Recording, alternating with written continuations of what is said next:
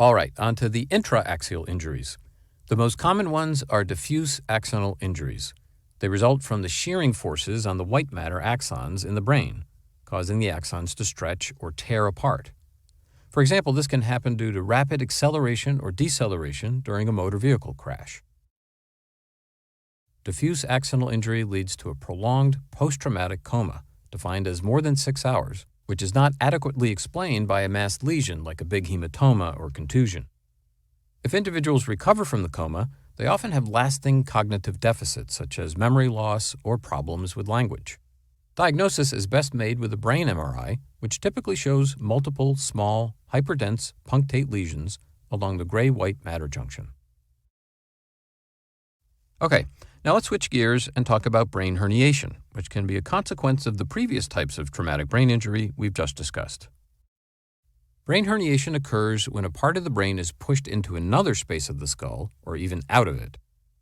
It typically happens in response to increased intracranial pressure resulting from an epidural or subdural hematoma, intracerebral hemorrhage, or a brain mass like a tumor or abscess. Brain herniation can either be supratentorial and infratentorial. Supratentorial herniation refers to displacement of the cerebrum above the tentorium, which is a meningeal fold located in the back of our skull that separates the cerebrum from the cerebellum. Infratentorial herniation refers to herniation of the cerebellum located below the tentorium.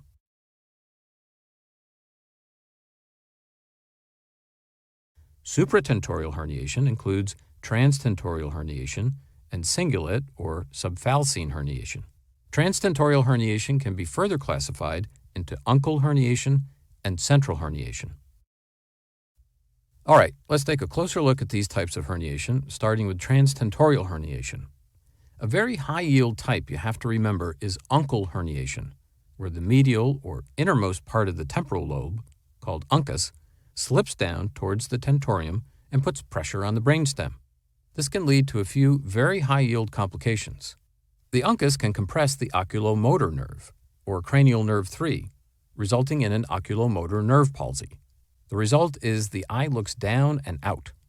Since this nerve carries the parasympathetic innervation to the eyes, another clue to look for is a dilated pupil that doesn't respond to light. In addition, the posterior cerebral artery can be compressed, resulting in ischemic stroke of the occipital part of the brain, which is responsible for vision. This leads to homonymous hemianopia, which is a loss of vision in either the left or right halves of the visual fields of both eyes. The vision is lost in the halves that are contralateral to the posterior cerebral artery that is affected. Although there is a partial loss of vision, macular function is spared, meaning that central vision is still sharp and detailed.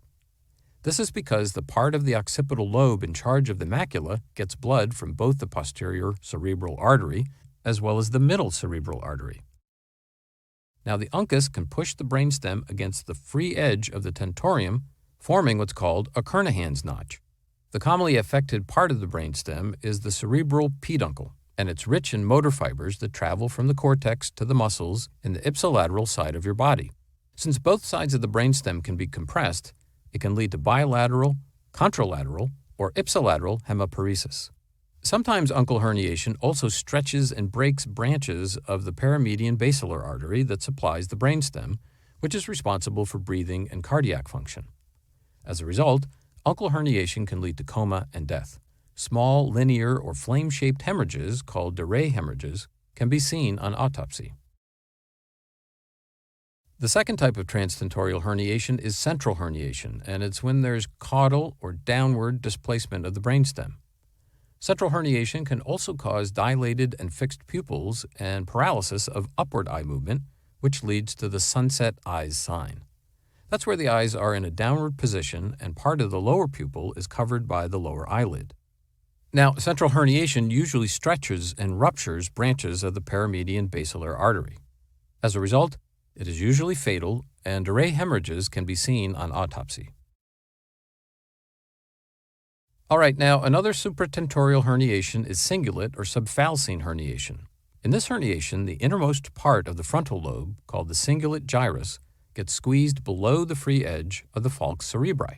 This is a meningeal fold that goes down into the longitudinal fissure that separates the hemispheres of the brain to the opposite side of the skull. The displaced part of the brain can compress the anterior cerebral artery, and that can cause an ischemic stroke. Finally, a cingulate herniation is often a forerunner of other types of supratentorial herniation.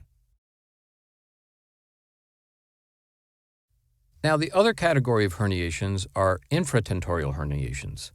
An important infratentorial herniation is tonsillar herniation, which is when parts of the cerebellum, called cerebellar tonsils, slip down through an opening in the skull called the foramen magnum. The most common signs are headache and neck stiffness. It can also give rise to flaccid paralysis, where there's reduced muscle tone. Tonsillar herniation is particularly dangerous because the displaced cerebellum can push onto the brainstem, which normally helps regulate breathing and cardiac function, ultimately leading to coma and death.